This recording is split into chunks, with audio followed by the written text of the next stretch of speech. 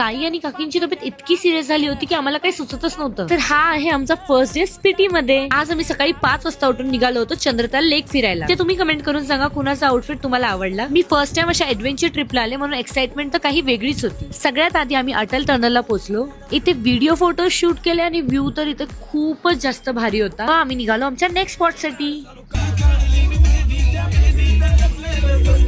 जेव्हा सगळं काही चांगलं चालू असतं ना तेव्हा काही ना काही कांड होतो. आम्ही 3 तास झालेत आम्ही इथे वेट करतोय.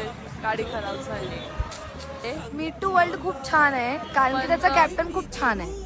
गाडी खराब झाली. आणि हा ही आमची ट्रिप ऑर्गनाइज केली होती मिड टू वर्ल्ड ने. फायनली आम्ही पोहोचलो चंद्रताल लेक कॅम्पिंग साईडला. इतकी थंडी वाजत होती की सगळ्यात आधी आम्ही कॉफी आणि मॅगी खाऊन घेतली.